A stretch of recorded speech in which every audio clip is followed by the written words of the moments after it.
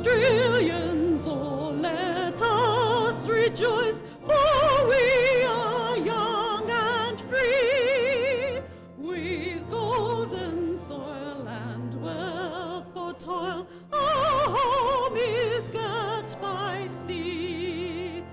Our land abounds in nature's gifts of beauty, rich and rare. In history's page, let every stage advance Australia fair. In joyful strains, then let us sing, advance Australia fair.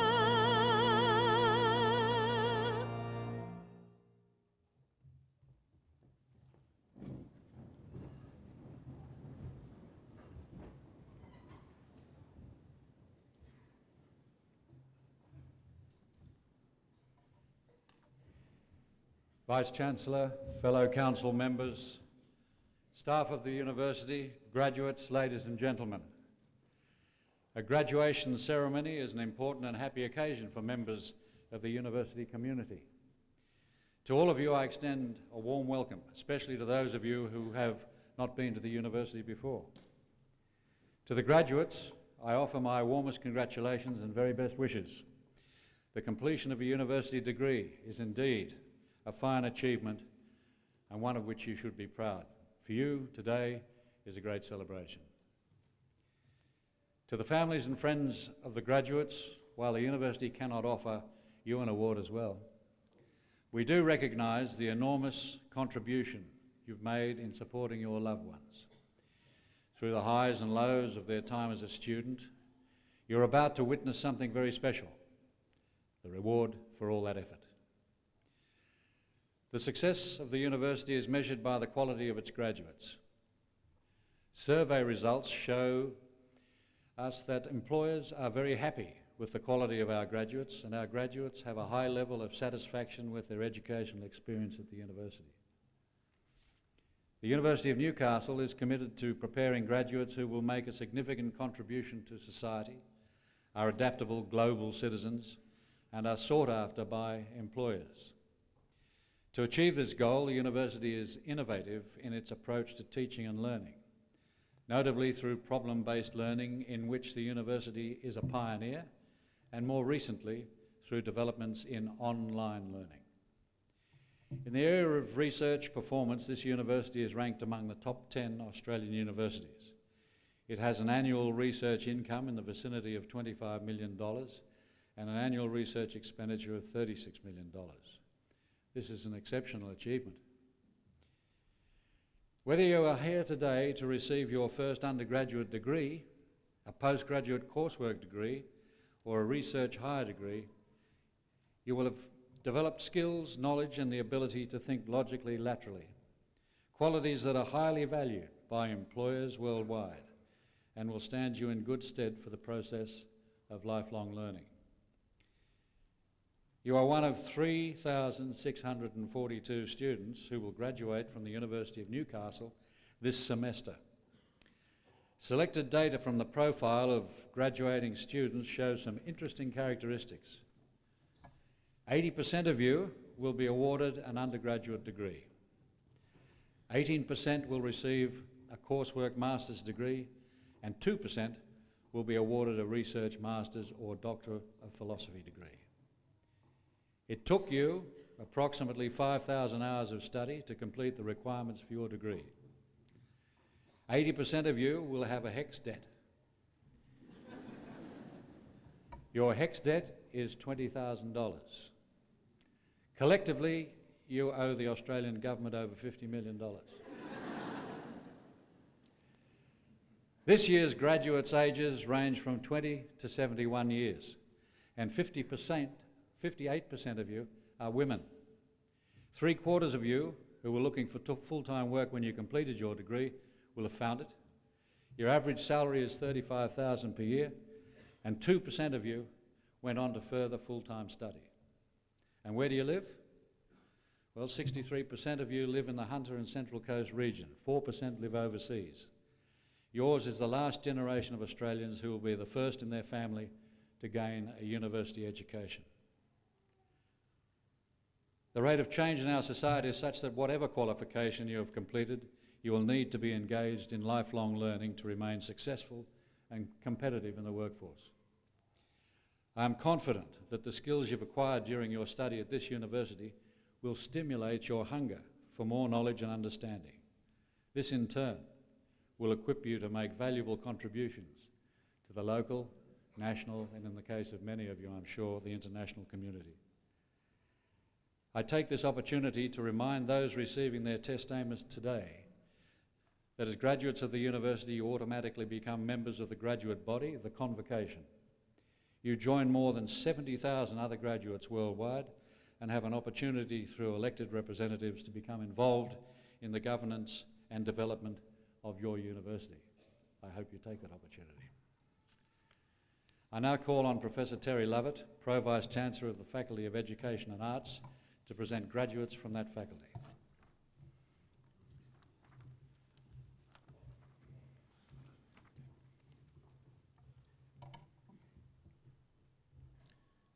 Chancellor, I present to you a graduate of the degree of Bachelor of Aboriginal Studies, Charles O'Leary.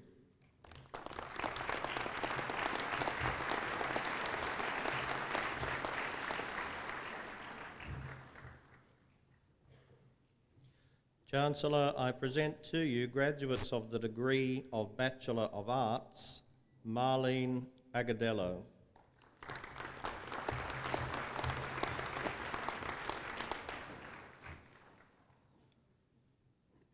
David Allwood.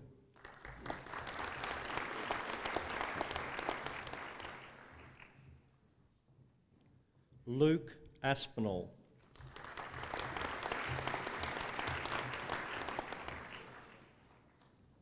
Sarah Bain.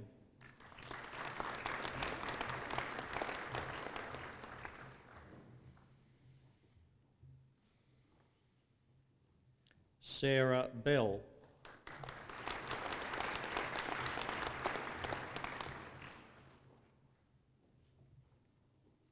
Tanya Blennerhassett.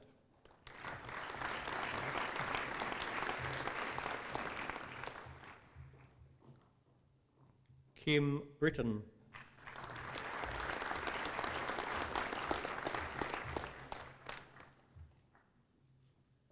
Anna Clifton.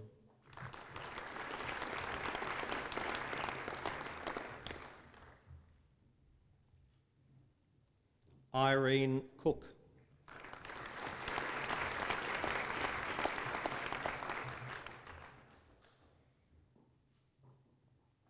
Catherine Crowe.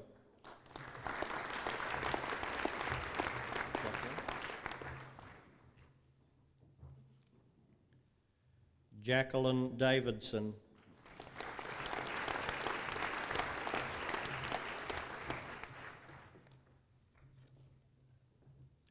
Cheryl Dawes.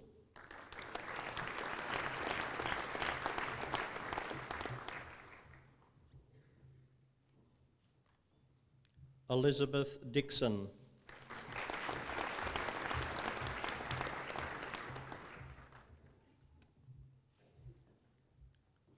John Dobbiger.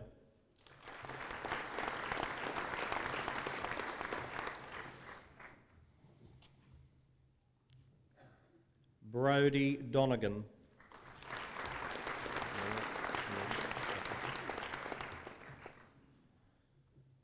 Tennille Duffy.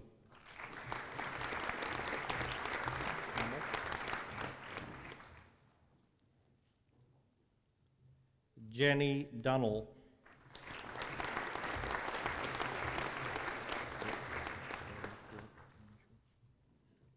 Leah Earnshaw.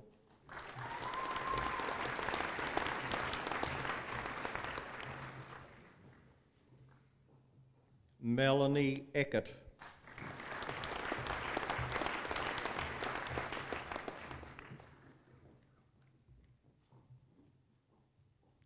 Janet Edwards.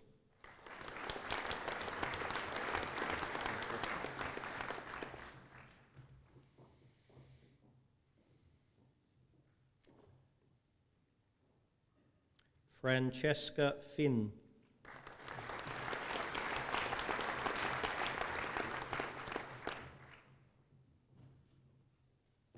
Kathleen Fulcher.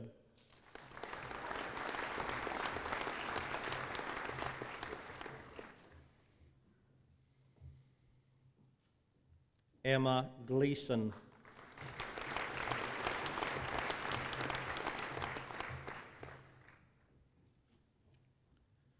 Julia Gollan.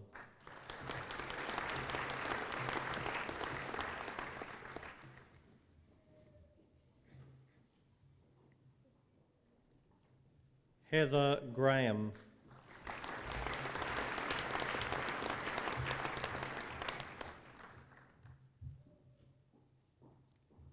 Kylie Graham.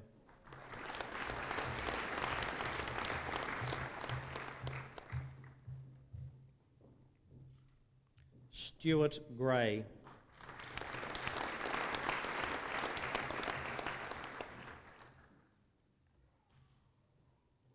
Emma Grushka.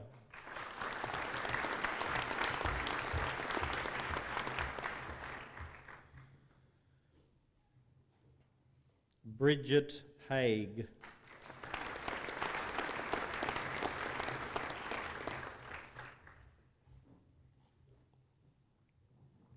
Catherine Hayes.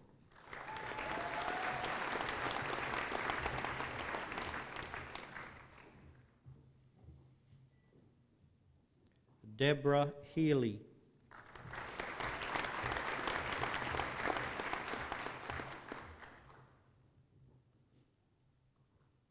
Jessica Horry.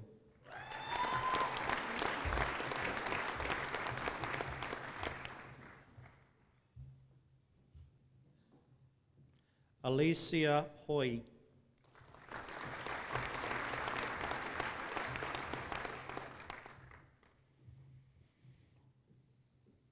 Ashley James.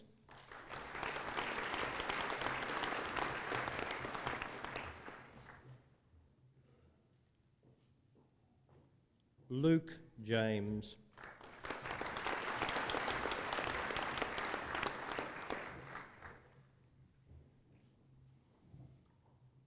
Catherine Jensen.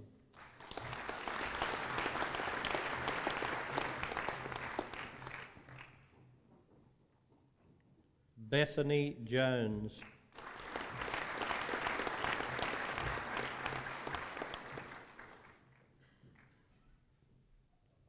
Jeffrey Kidd.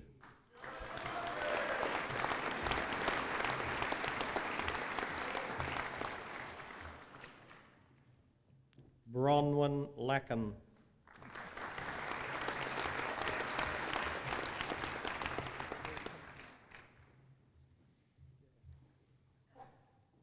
Jody Leeson.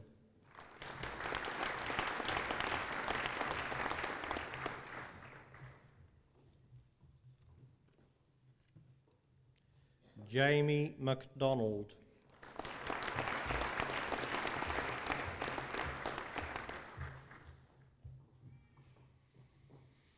Melissa Macy.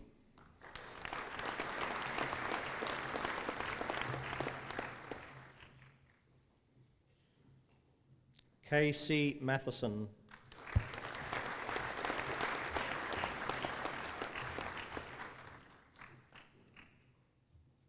Lauren Maxwell.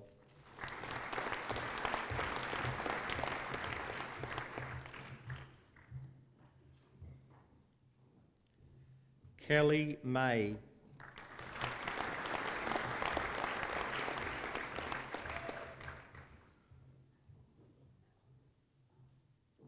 Marilyn McGovern.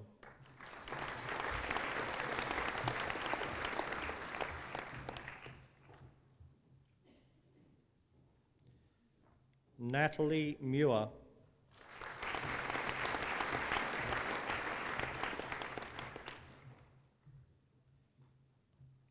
Stephen Muss.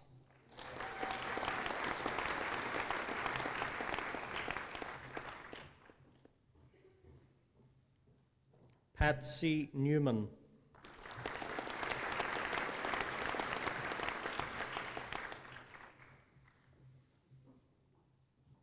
Justin Nixon.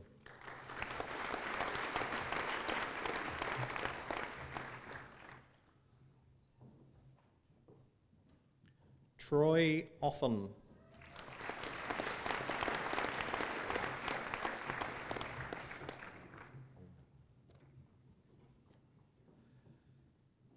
Jessica Oley.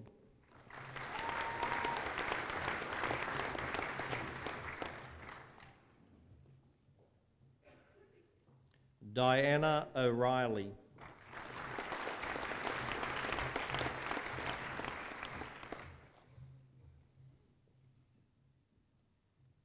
Catherine Parker.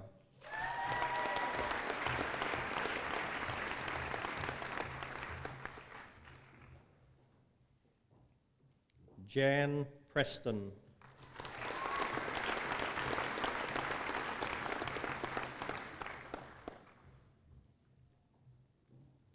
Prudence Pullen.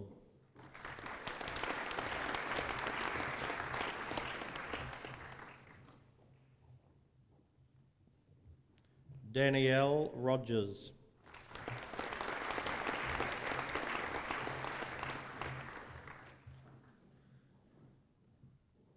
Jed Rowlandson.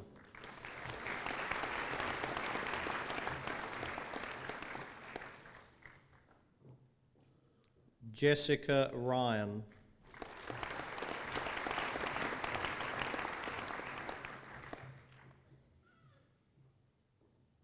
Catherine Scully.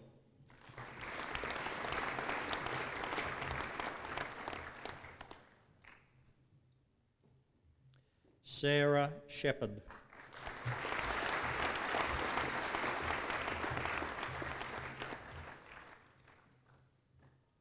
Holly Ann Shortland.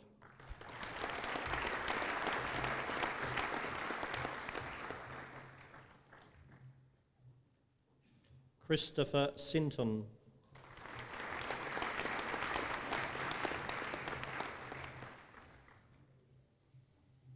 Sarah Smits.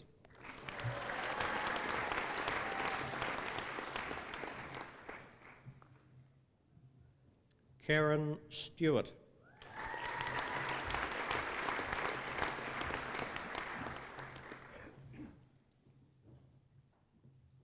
Melissa Swain.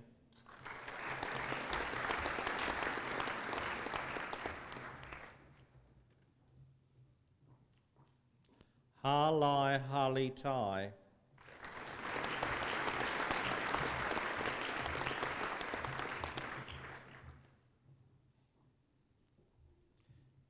Eleanor Threlfall.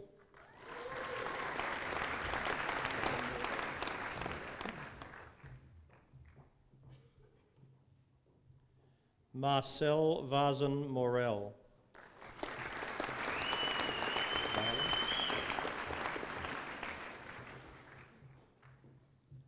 Wendy Valent.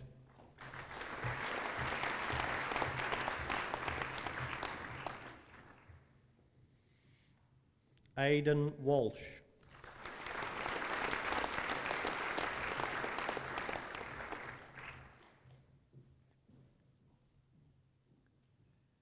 Kane Waterworth.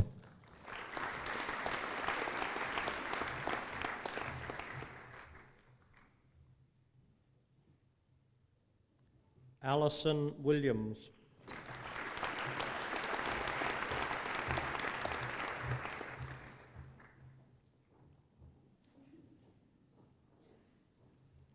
Michelle Wright.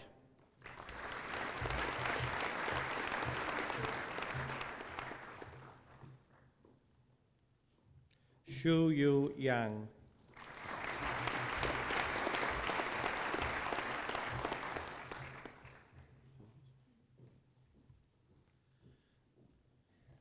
Chancellor, I present to you a graduate with the degrees of Bachelor of Arts and Bachelor of Engineering in Civil Engineering with Honours Class 1.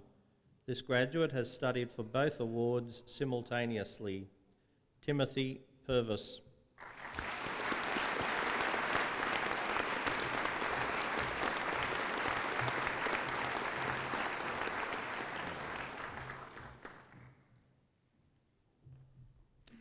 Chancellor, I present to you a graduate with the degrees of Bachelor of Arts and Bachelor of Science.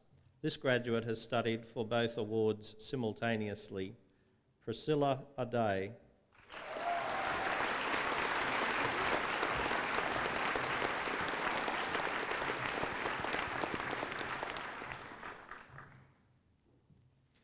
Chancellor, I present to you graduates of the degree of Bachelor of Arts Honours, Class 2, Division 2, Mia Peaty.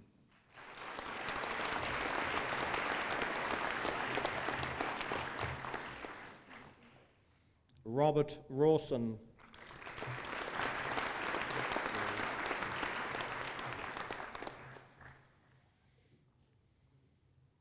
Chancellor, I present to you graduates of the degree of Bachelor of Arts Honours, Class 2, Division 1, Cherie Bunt.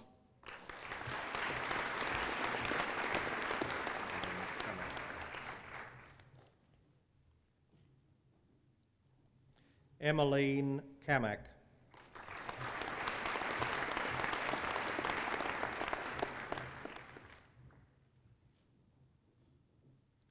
Paul Hoyenta.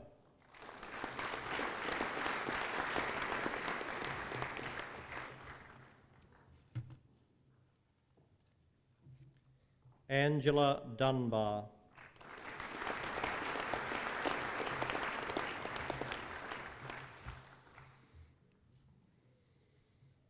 Mark Grimshaw.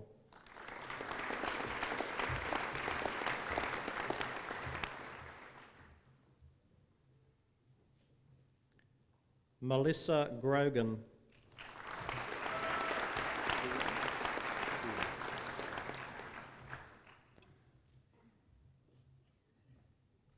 Miranda Guion.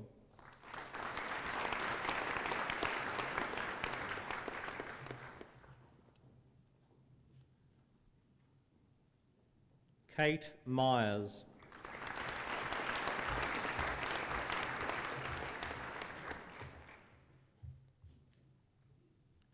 Martin Mortimer.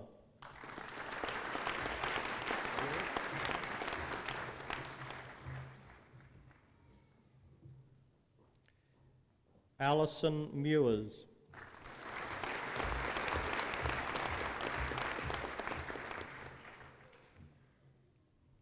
Jenny Oliver.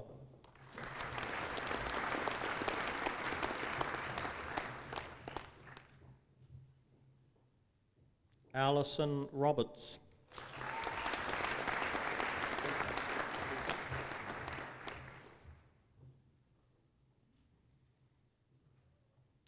Gay Sheether.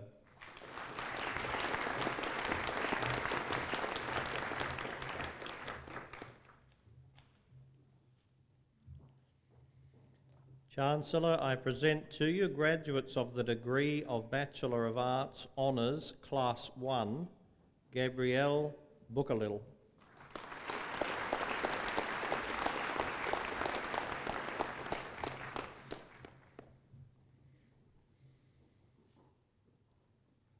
Joylene Christensen.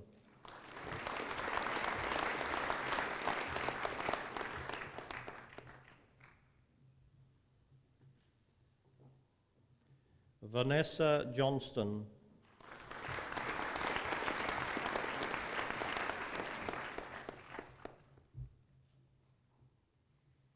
Vicky Matthew.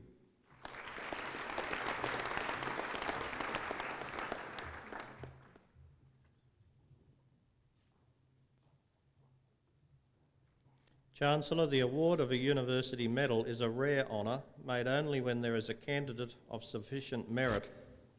To be considered for this award, a graduate must have a consistent record of exceptional academic achievement at all levels of a bachelor's degree program and qualify for a bachelor's degree with first-class honours.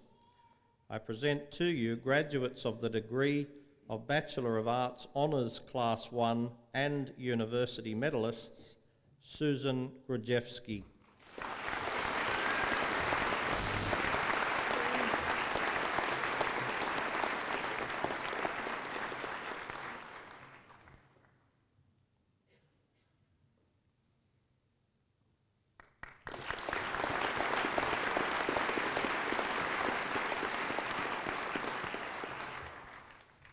Galena Myers.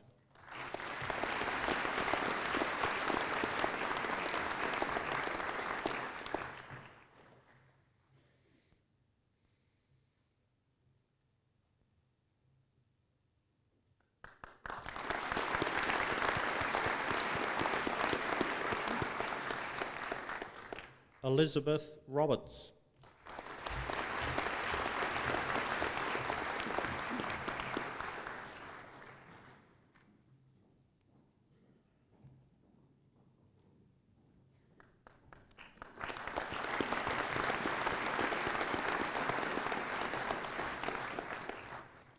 Catherine Slattery.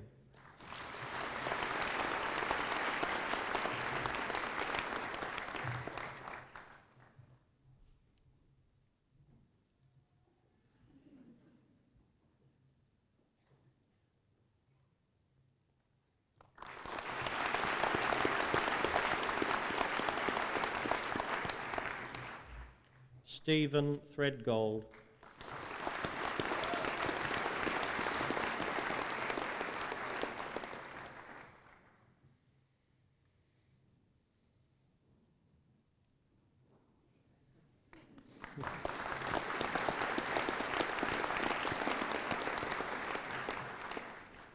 Georgina Woods.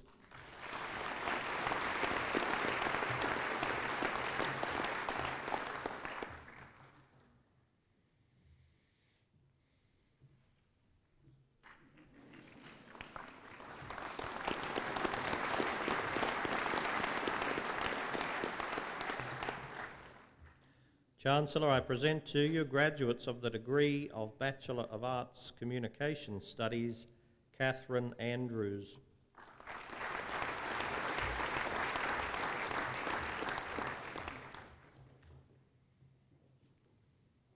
Brioni Armstrong.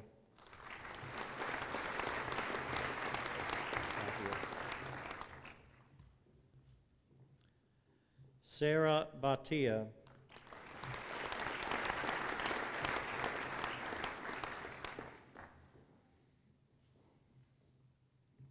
Jennifer Bates.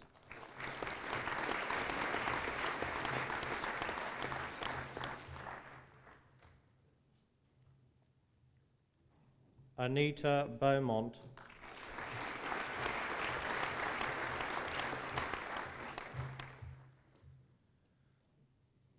Emma Burt.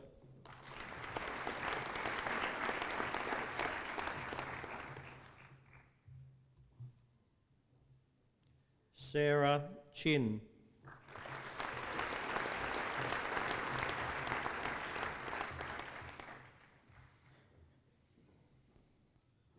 Jackie Daly.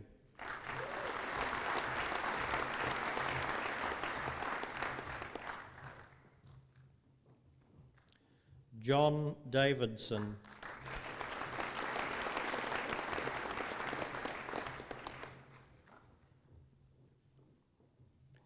Catherine Dubow.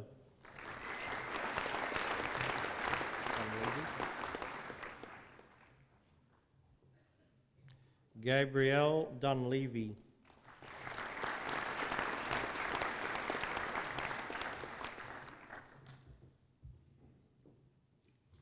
Owen Elliott.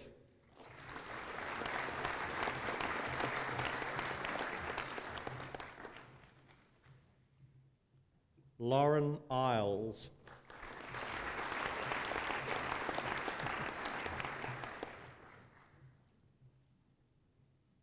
Sarah Farley.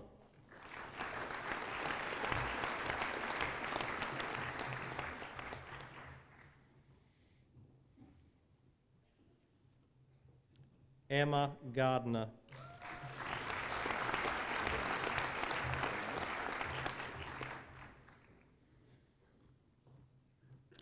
Trent Granell.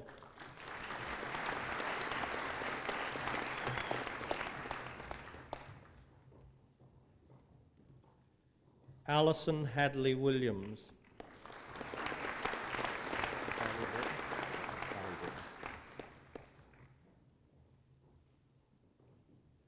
Christy Halliburton.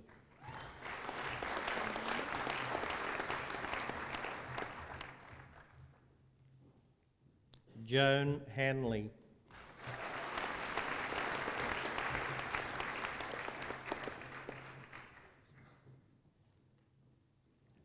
Jonathan Hart.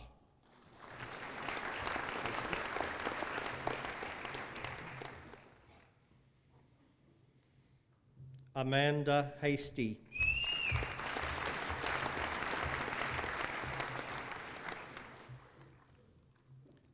Rebecca Hennessy.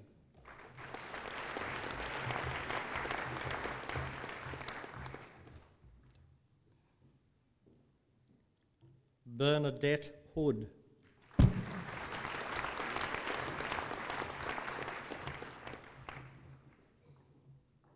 George Hyde.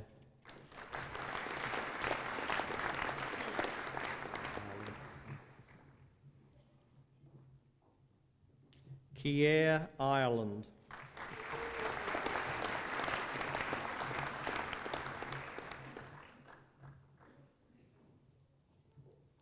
Diana James.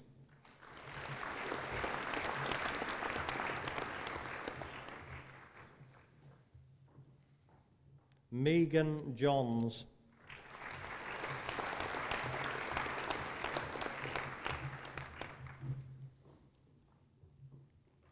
Lisa Johnson.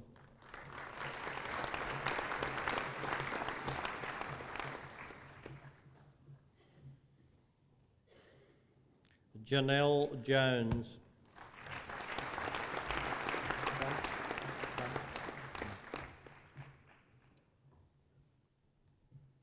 Belinda Crum.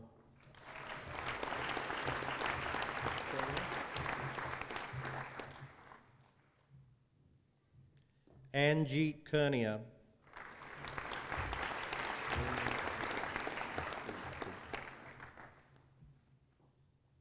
Wing C. Lamb.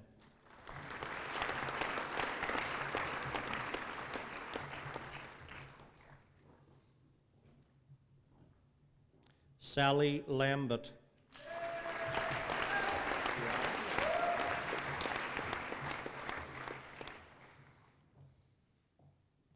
Kiara Lane.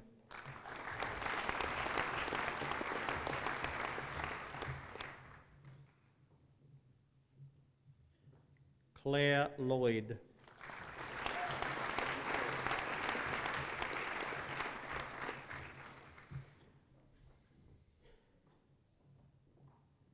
Philip McCall.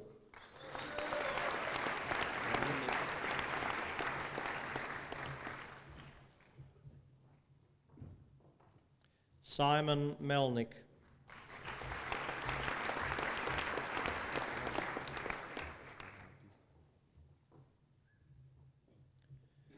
Christopher Palagi.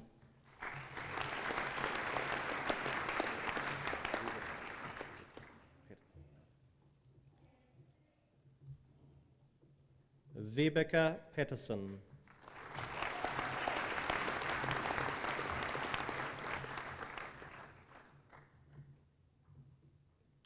Jessica Phyllis.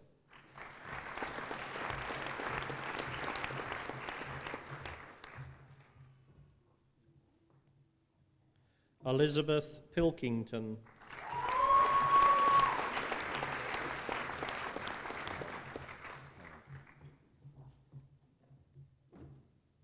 Taryn Randall.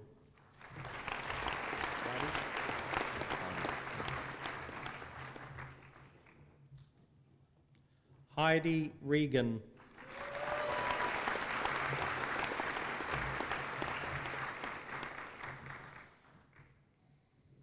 Andrew Richards.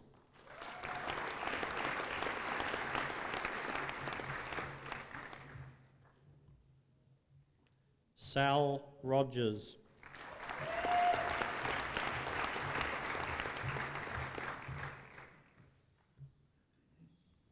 Jane Ryan.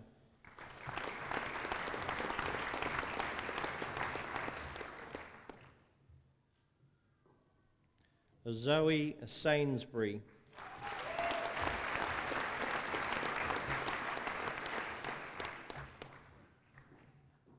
Kate Sanderson.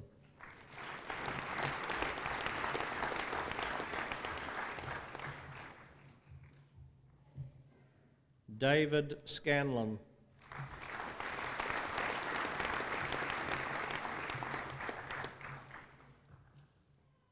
Hannah Smith.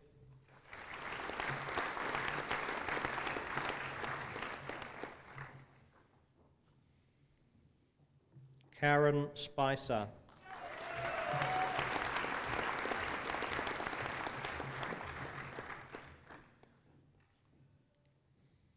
Nathan Wilson.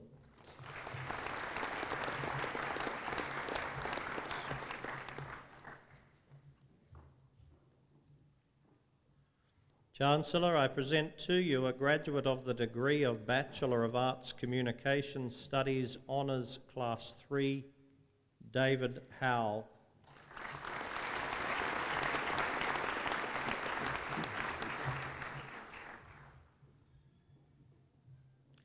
Chancellor, I present to you graduates of the degree of Bachelor of Arts Psychology, Kelly Beakus.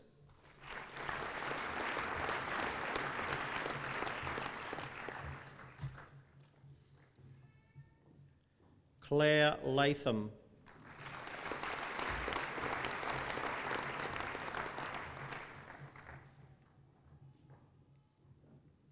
Elizabeth Lovett.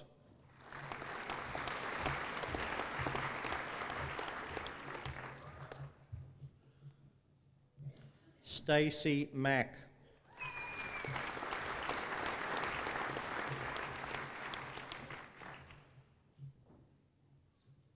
Rebecca Maney.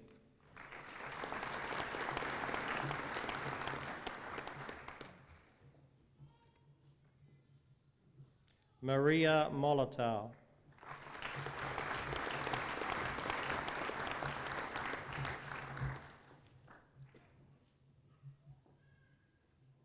James Ross.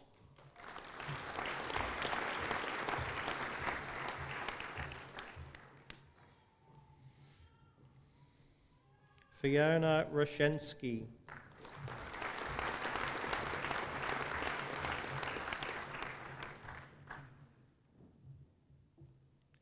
Joel Stanton.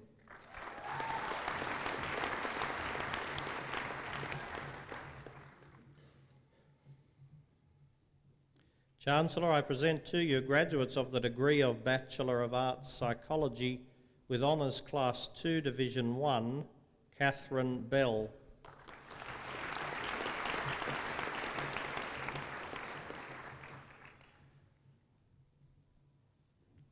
Jennifer Kane.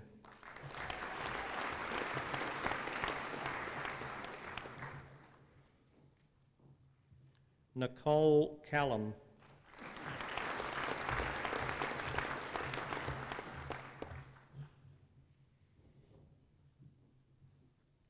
Bernadette Cross.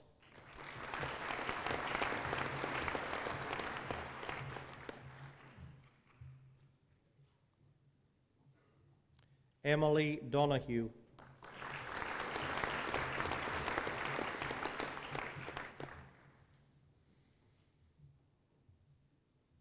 Nathan Hawkins.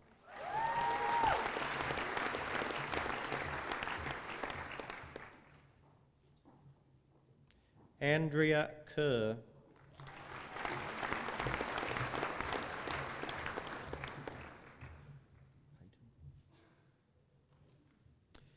Chancellor, I present to you graduates of the degree of Bachelor of Arts Psychology with Honours Class 1, Katrina Payton.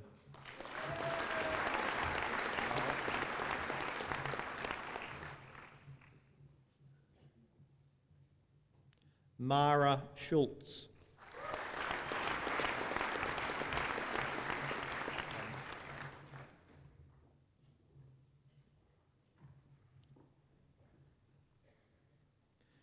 Chancellor, I present to you graduates of the degree of Bachelor of Arts Psychology with Honours Class 1 and University medalists, Tamar Brown.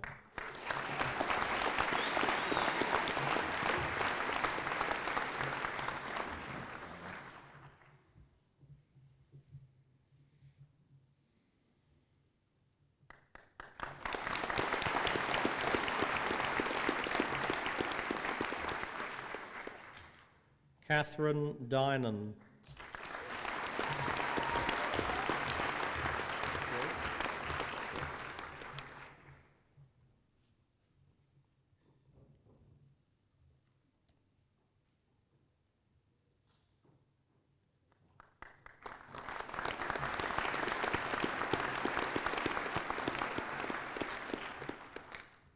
Renee Gregg.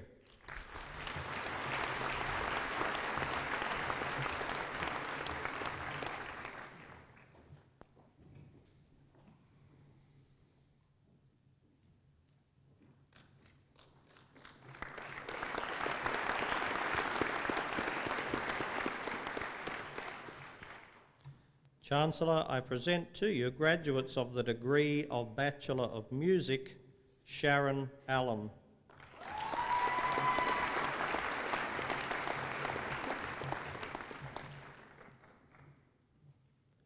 Shannon Ashley.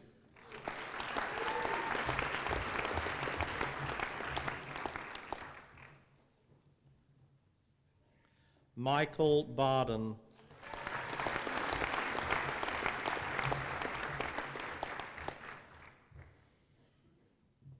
Mitchell Berrick.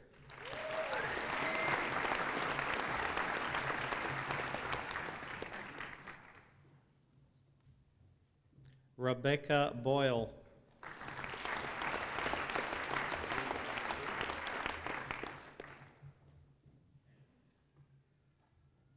Hiwa Chi.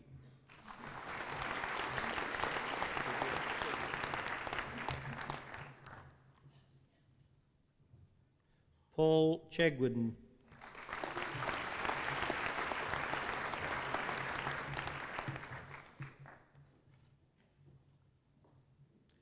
Katie Donovan.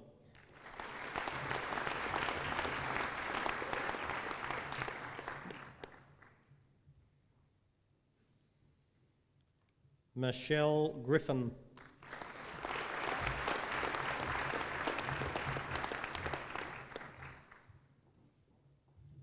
Peter Guy.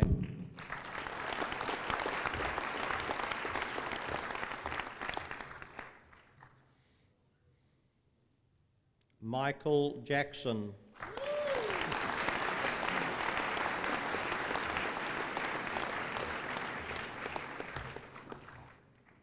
Scott Keating.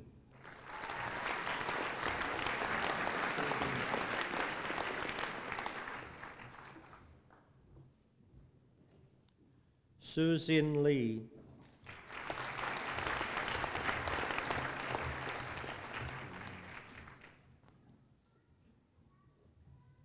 C.E. Mo.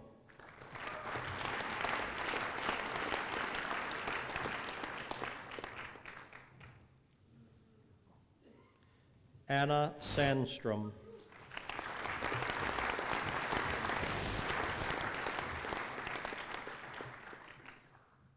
Sin Yin Tan.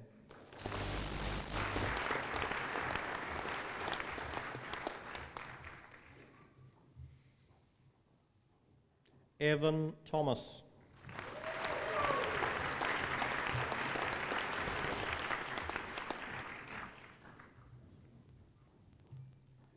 Jordan Wett.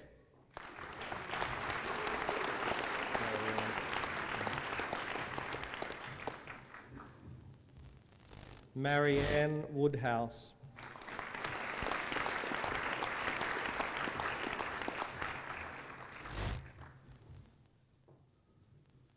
Chancellor, I present to you a graduate of the degree of Bachelor of Music Honours Class 2 Division 2, Tobin Finane.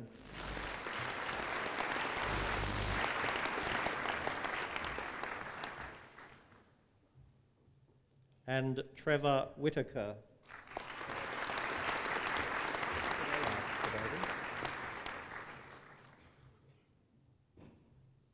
Chancellor, I present to you graduates of the degree of Bachelor of Music Honours Class 2 Division 1, Sean Cadogan.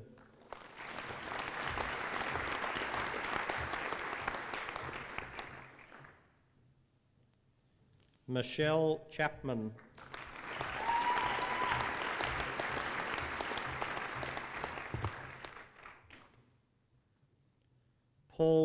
Scott.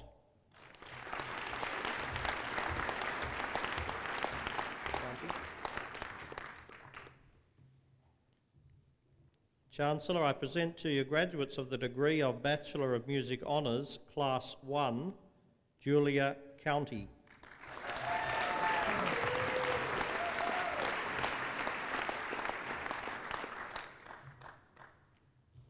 Grant Hewson.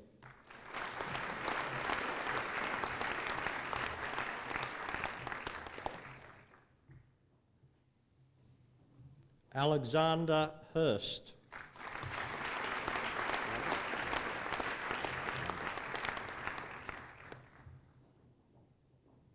Stephen Lavis.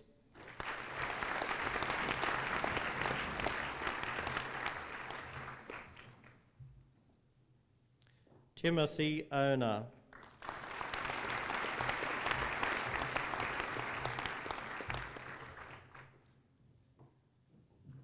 Russell Thornton.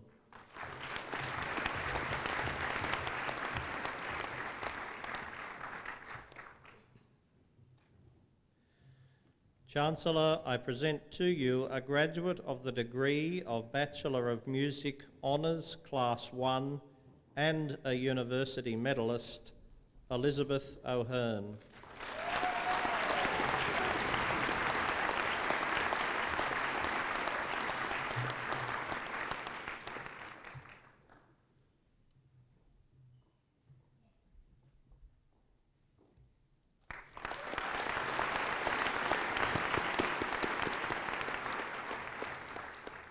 Chancellor, I present to you graduates of the degree of Bachelor of Speech Pathology, Joanna Bartlett.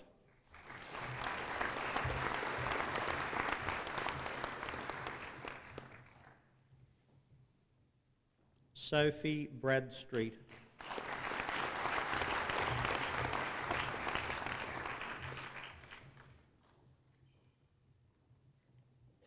Alison Callender.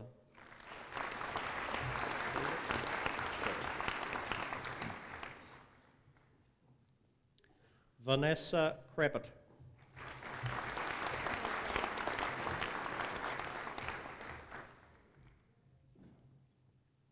Sarah Dow.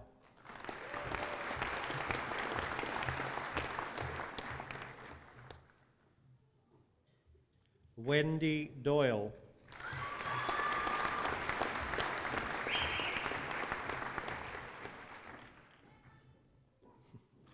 Kristen Earle.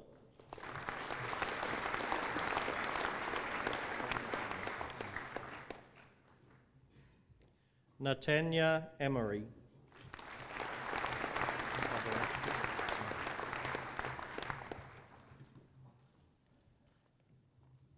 Rebecca Govoronsky.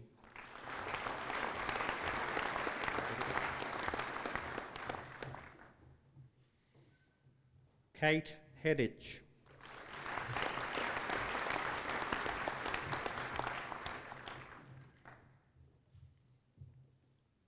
Vanessa Henry.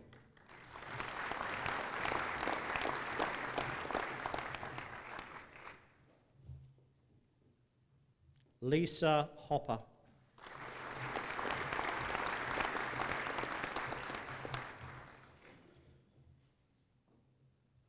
Leanne Johnston.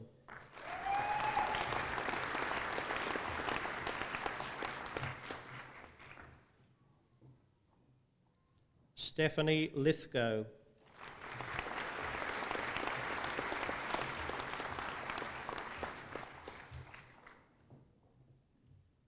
Larissa Mason.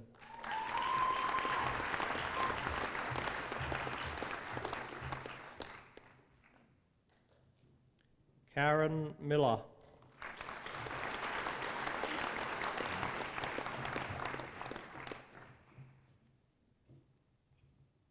Katie Ninett.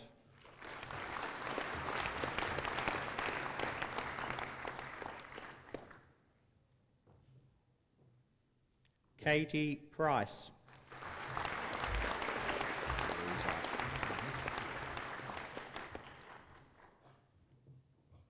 Louisa Renner.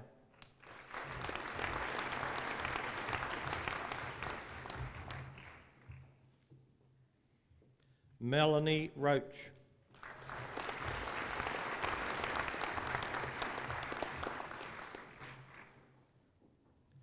Jennifer Smith.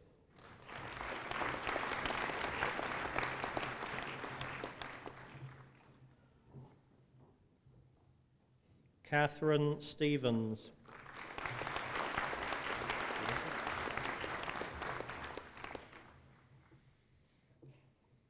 Alyssa Trotter.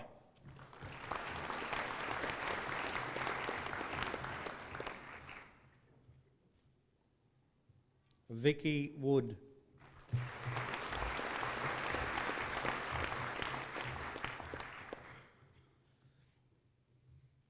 Chancellor, I present to you a graduate with the degrees of Bachelor of Speech Pathology and Bachelor of Arts. This graduate has studied for both awards simultaneously. Belinda Roy.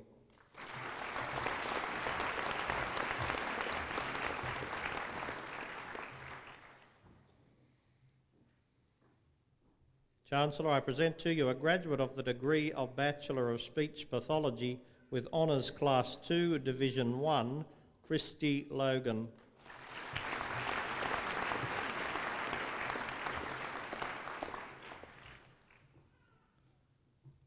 Chancellor, I present to you a graduate of the degree of Bachelor of Speech Pathology with Honours Class 1, Melissa Barry.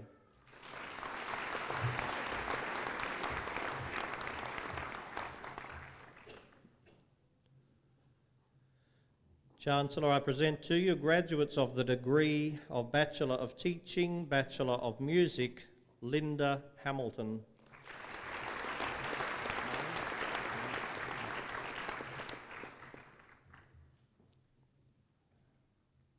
Rachel Main.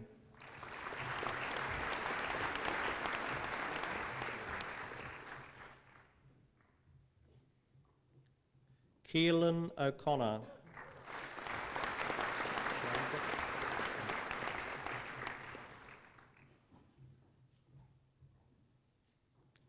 Helen Ranger.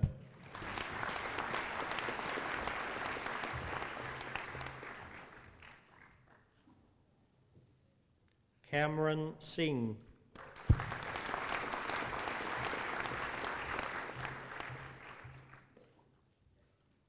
Karen Smith.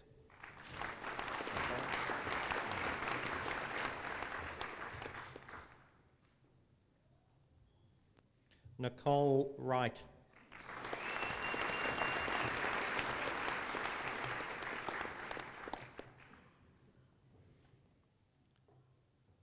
Chancellor, I present to you a graduate of the degree of Bachelor of Teaching, Bachelor of Music with Honours Class 2, Division 2 in Teaching, Linda Dixon.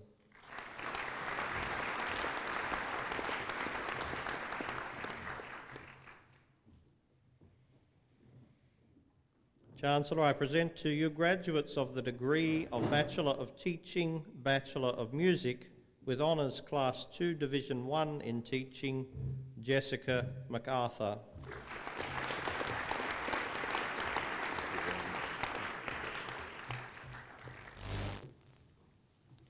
Suzanne Sheldon.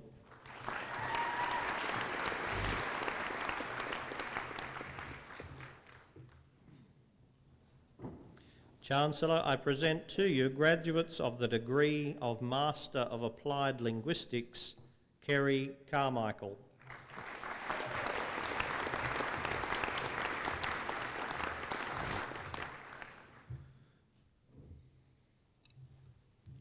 Anne Drinkwater.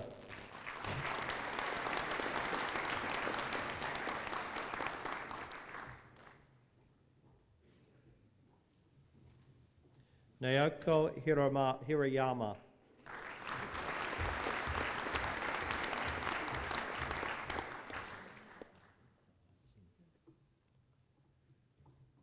Rosmawati Mohadzin.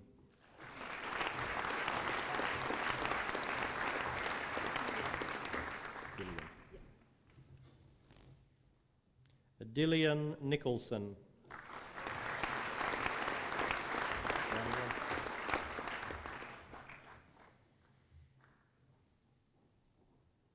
Chancellor, I present to you graduates of the degree of Master of Music Technology, Stephen Brownjohn.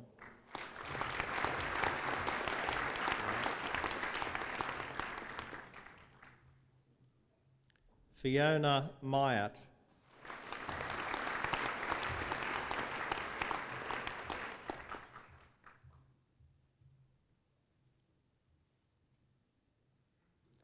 Ian Thompson.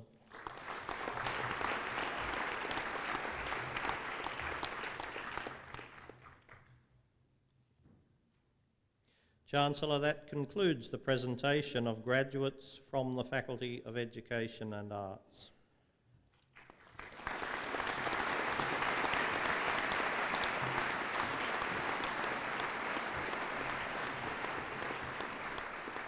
I call on Professor Ron MacDonald, Deputy Vice-Chancellor, Research and International, to present Research Higher Degree graduates. Chancellor, a Research Higher Degree is awarded to a graduate who has successfully completed a program of study which is primarily research. A thesis embodying the outcomes of the research is the principal basis for examination. Today, the University is proud to honour graduates who have satisfied the rigorous criteria for the award of Research Masters and later for the Doctor of Philosophy degree. Chancellor, I present to you Ethne Conradi for the degree of Master of Arts. Ms. Conradi's thesis is entitled Almsgiving in the Works of Basil, Ambrose, Augustine and Salvian. Chancellor, Ethne Conradi. Congratulations.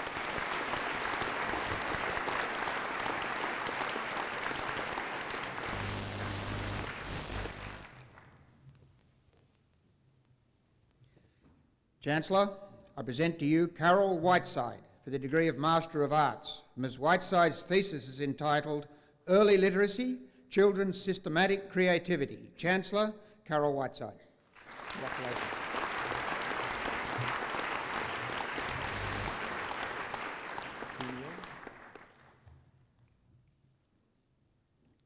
Chancellor, I present to you Kim Cuneo for the degree of Master of Creative Arts, Music. Mr. Cuneo's thesis is entitled Many Beads, One String, a study of composition and arrangement techniques in early sacred music and the larger role of such music forms. Chancellor, Kim Cuneo.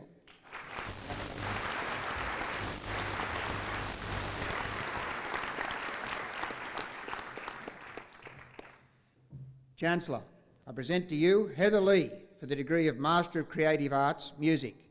Ms. Lee's thesis is entitled The Sacred Road to Mozart, a study of early music techniques from East and West and the transition to Baroque and classical period repertoire.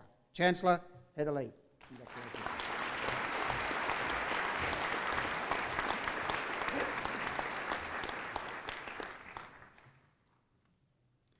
Chancellor, the degree of Doctor of Philosophy is only awarded if the thesis makes a significant and original contribution to knowledge and to our understanding of the field of study of that particular research. Usually the thesis goes to international examination, and tonight I am pleased to present the following graduates for the degree of Doctor of Philosophy. Chancellor, I present to you Barbara Regent, Bachelor of Applied Arts Honours from Kingston Polytechnic, Master of Educational Studies from the University of Newcastle for the degree of Doctor of Philosophy. Dr. Regent's thesis is entitled Reflective Qualities of the Artistic Creative Process and Chaos Theory, a study of the relationship and the implications for art, education and teaching. Chancellor, Dr. Regent.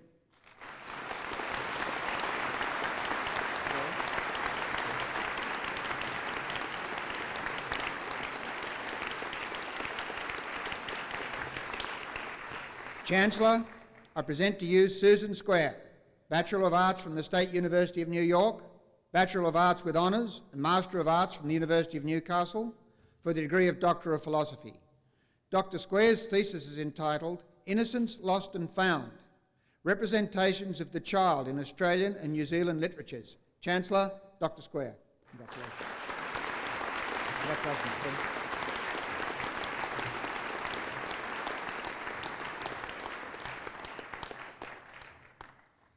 Chancellor, I present to you Kenneth Lee, Bachelor of Arts with Honours from the University of Liverpool, Master of Arts from the University of New England, for the degree of Doctor of Philosophy.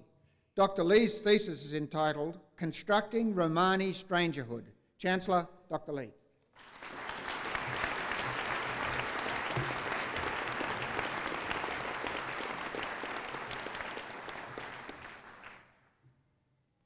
Chancellor, I present to you Emily Walcombe, Bachelor of Arts Psychology with Honours from the University of Newcastle, for the degree of Doctor of Philosophy. Dr. Walcombe's thesis is entitled Relationships between Computer Gameplay and Children's Social Behaviour. Chancellor, Dr. Walcombe.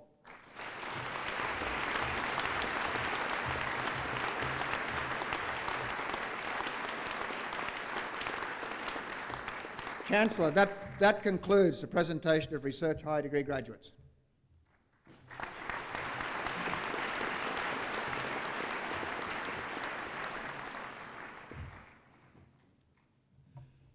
I now call upon the Vice-Chancellor, Professor Roger Holmes, to present a candidate for an honorary degree. Chancellor, I have pleasure in presenting to you William Bowmore for admission to the degree of Doctor of Letters, honoris causa. Chancellor, William Bowmore was born on the 2nd of November 1909 at Dalby in Queensland, the fourth of 6 sons of migrants from Lebanon. As a child, he showed a great talent as a pianist, and after winning an All-Queensland Eisteddfod at the age of 14, he pursued studies in piano and cello, eventually entering the Conservatorium of Music in Sydney. Art historian Agnes Trumbull observes that music was the cultural environment in which Mr. Bowmore conceived a passion for art. Asked what part of the classical and romantic repertoire he grew to love most during his years of musical study, he replies, "I have no favourites. When I listen to the great piece of music, I forget everything else." His wide-ranging taste in music appears to have set a precedent for his diverse taste in painting and sculpture. In 1935, William Bowmore settled in Newcastle, where he commenced his lifelong involvement in the hotel business. During World War II, William served in the Royal Australian Air Force, where he filled the vital communications and intelligence role of teaching cipher. He was stationed in New Guinea and Mauritania. After the war, he went into business in property development in Newcastle. The development of Woodlands and Lingard Hospital, his most absorbing projects. During this time, he developed another talent as a successful and innovative hospital administrator. In the 1950s, Bill started teaching cello and became strongly attached to the Newcastle Conservatorium. For many years, he has been the unofficial patron of the Conservatorium of Music in Newcastle. He has helped the Conservatorium through the funding of scholarships, particularly for cello, through the donation of money, as patron of the Friends of the Conservatorium, and through his active involvement in many fundraising ventures on behalf of the Con. A photograph which appears in Kenneth Wiseman's History of the Newcastle Conservatorium, and which was taken in the late 1960s, shows Bill Bowmore surrounded by the Junior String Orchestra. This photograph captures better than anything both the spirit and the practical nature of Mr. Bowmore's involvement at the Conservatorium. It was fairly late in life that Bill Bowmore developed a serious interest in building a major collection of world art. He opened his own home in Newcastle as a part-time gallery, and in the 1990s he built for himself an art gallery on his property at Summersby near Gosford. In 1996 he moved his collection to Sydney. He donated significant pieces to the Newcastle Region Art Gallery, including 2 Rodin sculptures, a Brett Whiteley landscape, and paintings by William Dobell, Sidney Nolan and Conrad Martens. To galleries in Maitland, Bathurst and Stanthorpe, he gave each at least 50 works of Australian and Aboriginal paintings. He was a strong donor to the Art Gallery of South Australia. Works now held there include 21 Rodin sculptures and major paintings.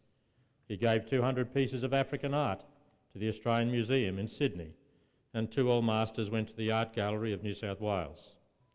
His latest gift is a painting of Dame Joan Sutherland to the National Portrait Gallery in Canberra.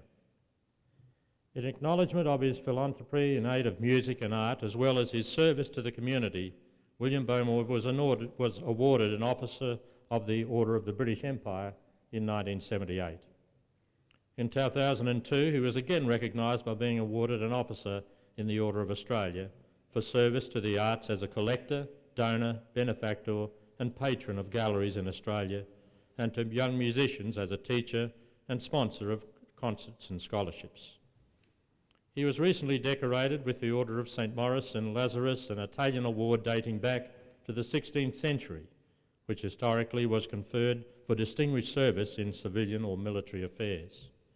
Chancellor, it is with great pleasure that I present to you William Bowmore, Officer of the Order of St Maurice and Lazarus, Officer in the Order of Australia, Officer of the Order of the British Empire, for admission to the degree of Doctor of Music, honoris causa.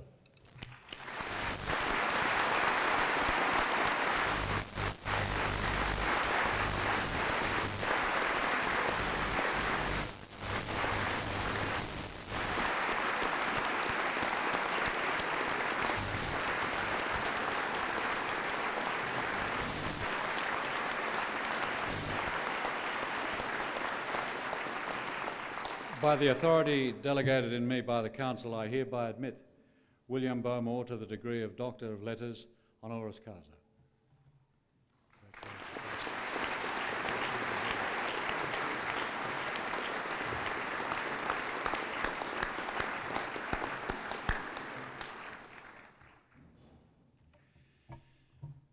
We will now have a musical interlude presented by Gavin Clark on cello, performing Prelude from Suite No. 1 by Bach.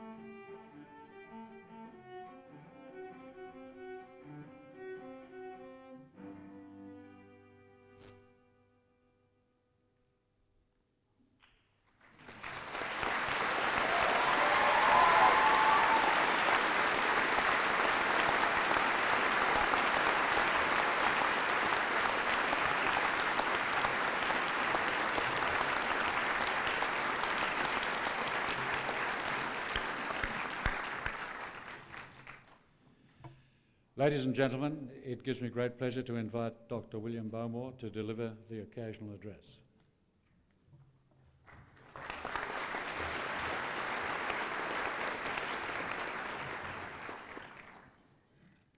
Now I face the music. Is art of any importance in our 21st century society? And should we include the arts in our educational system? These questions may sound absurd, and they certainly are for people like you and me, for whom the arts have always been of the greatest. However, our world is changing so fast every day that most of our values are challenged. Therefore, we are brought constantly to revise our beliefs. What does art mean in today's world? Is it just adornment to life, something to provide us with pleasurable image and sounds, or does it have a more noble art? Is there a good art and a bad art, an intelligent art and a silly art? And if so, how can we know the difference?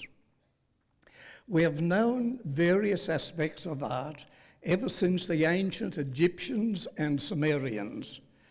The meaning of the word art is nowadays so ambiguous that we are faced with multiple ways of understanding it. Many modern artists create for sensationalistic effect in an attempt to maximize whatever publicity they can achieve in the controversy that blatant novelty attracts. Artistic content is gleefully neglected in the pursuit of notoriety and celebrity status. Often enough, unfortunately, paintings and sculptures are no longer works of art inviting us to meditation, carrying a message, or conveying an emotion. They have become objects of speculation, and the international auction houses publish every now and then world record prices, placing the art market on the level of stocks and shares, a purely financial product for rich speculators. Music, thank goodness, is more or less preserved from this perversion.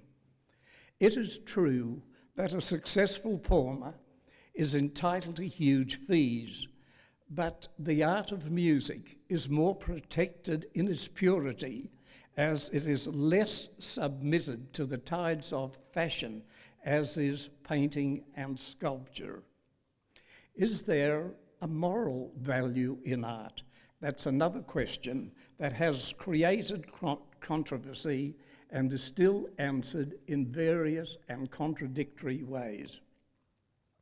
The use of some musical instruments was forbidden, as you know, in religious performances in the early days of Christianity, the 3rd and 4th centuries. Some of the fathers were violently opposed to various kinds of wind instruments. There was the Greek aulos and a Middle Eastern instrument known as ney. They were a kind of flute which they believed to be satanical. Why? Because blowing in them created humidity, and according to Plato, humidity was a sign of imperfection, because wet things tend to fall, and therefore this inclination towards the lower levels, the infernal region, was considered suspicious. Besides, some instruments aroused sensual feelings and proved inappropriate for elevating the soul. Others were judged according to the physical results of their use. There is an ancient anecdote in ancient Greece illustrated by an exquisite sculpture, Myron's first masterpiece, attributing to Athena the invention of the flute. It is said that when Athena saw a reflection of her blown-up cheeks when playing the flute, she threw the instrument away because it disfigured her features. It was picked up by Marsyas the faun, who would then exploit it to perfection. Marsyas, as you would know, would then challenge Apollo to a competition, opposing him to the divine lyre, and having failed, he would be then skinned alive. The story really reflects the long-lasting conflict between strings and wind instruments. The former being associated with a sophisticated urban society, whereas the latter reflected more instinctive and rural aesthetics. It is really a transcription in the world of music of reason as opposed to emotion. There's a wonderful painting in the Louvre ascribed to Giorgione, but is now unanimously given to Titian. The Pastoral Concert. This picture brilliantly illustrates a dialogue between a flute and a mandolin. It is one of the best achieved masterpieces in the history of painting. It has long been established that strings convey an intellectual music, whereas wind instruments are more adequate to display a wider emotional range. The question, however, requires a more complex answer, and it cannot be answered at this stage. It was fashionable to consider that classical music died in the 19th century. In retrospect, we can now see the great cornucopia that was the 20th century.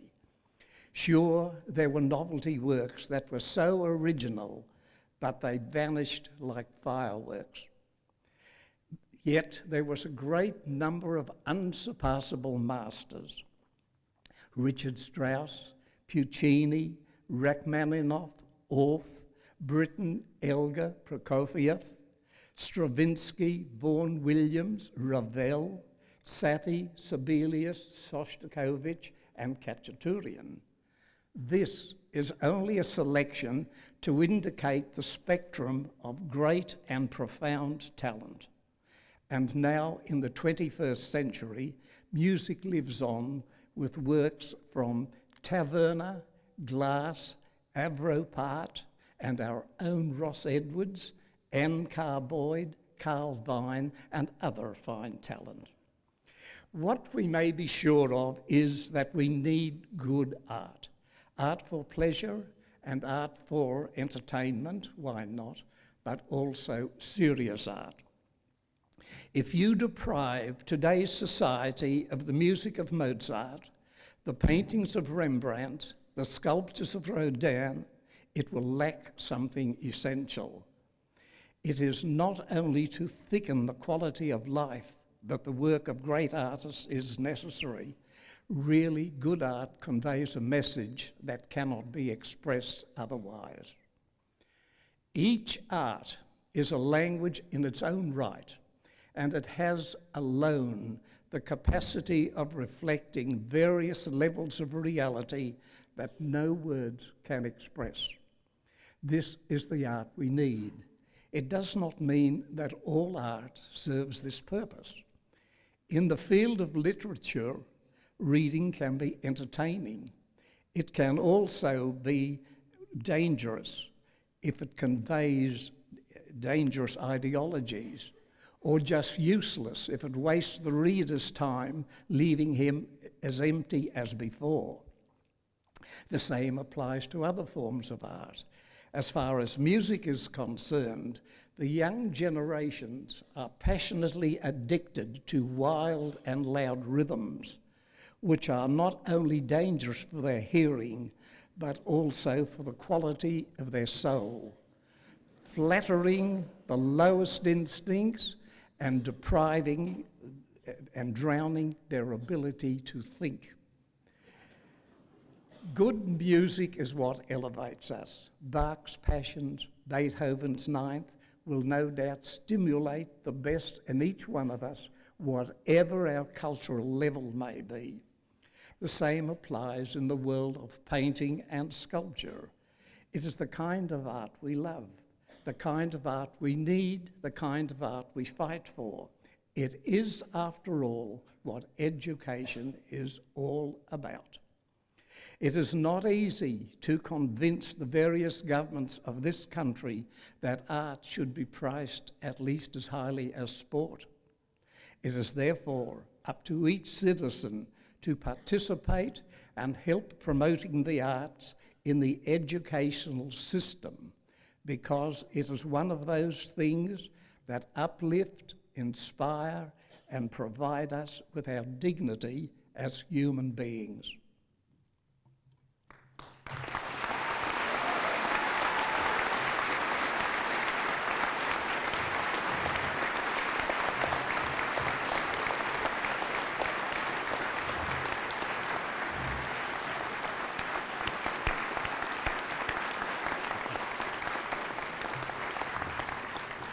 Dr. Bowmore, thank you very much for those inspiring words. I now have pleasure in inviting Susan Gruzewski, Bachelor of Arts Honours, to speak on behalf of the graduates. Chancellor, Vice-Chancellor, members of the Council, staff of the University, families and friends of graduates, and most importantly, graduates. Today being the day that represents the culmination of all of our striving, of overcoming challenges, and ultimately of our achievements, I am deeply honoured and grateful to have been given the opportunity to speak on behalf of my fellow graduates. Graduation, for some of us, represents the conclusion of a period of personal growth, of learning and discovery before starting a career. For others, graduation signals our readiness to embark upon the career or profession we have long aspired to achieve. For others still, graduation will bring us back to university to continue our education as we develop our individual talents and skills in an effort to make our own distinctive contribution to society. But thinking back to the start of our uni degrees, before we were the highly competent individuals we are sitting here today, brings forth a few memories of a time when university was an unfamiliar place and starting a degree promised to bring overwhelming challenges. Who can forget standing in line waiting to have their student identification photo taken, being taken by surprise in the shot, and then being stuck with the most hideous photo of yourself on a student card that would follow you for years to come, needing to be flashed every time you wanted to do anything from buying a pen to buying a coffee to borrowing a library book. And speaking of library books, how many of us have enrolled in a subject with at least 300 other students and then been forced to compete in a race to get that one precious library book that the library only had one single copy of and everyone desperately needed for that major assignment? Not to mention the fear and anxiety we experienced every time we approached the library gates, expecting anything from an untied shoelace to a loose hair clip to activate the library alarms and make everyone think, oh, so you're the one stealing all the library books. Nonetheless, we've all managed to find our way through our degree, and I'm sure that there are a few of us here today who will be able to dismiss our time of learning at the University of Newcastle as simply the bridge between high school and a career. For me, it has been a challenging and worthwhile journey during which I developed an awareness of the world and came to find my place within it. Loving both English and history, I was fortunate enough to have been given the chance to combine them both in my honours degree. This opportunity allowed me to work closely with brilliant lecturers from both schools, benefiting from their expert knowledge, their careful guidance, and their kind encouragement. Ultimately, their example has inspired me to choose teaching as my future profession. But this is just a brief description of my experience, while each one of us here has our own unique story of how completing a degree has impacted upon our lives. To the graduates of the Faculty of Education and Arts, my sincerest congratulations and very best wishes in all of your future endeavours. Thank you.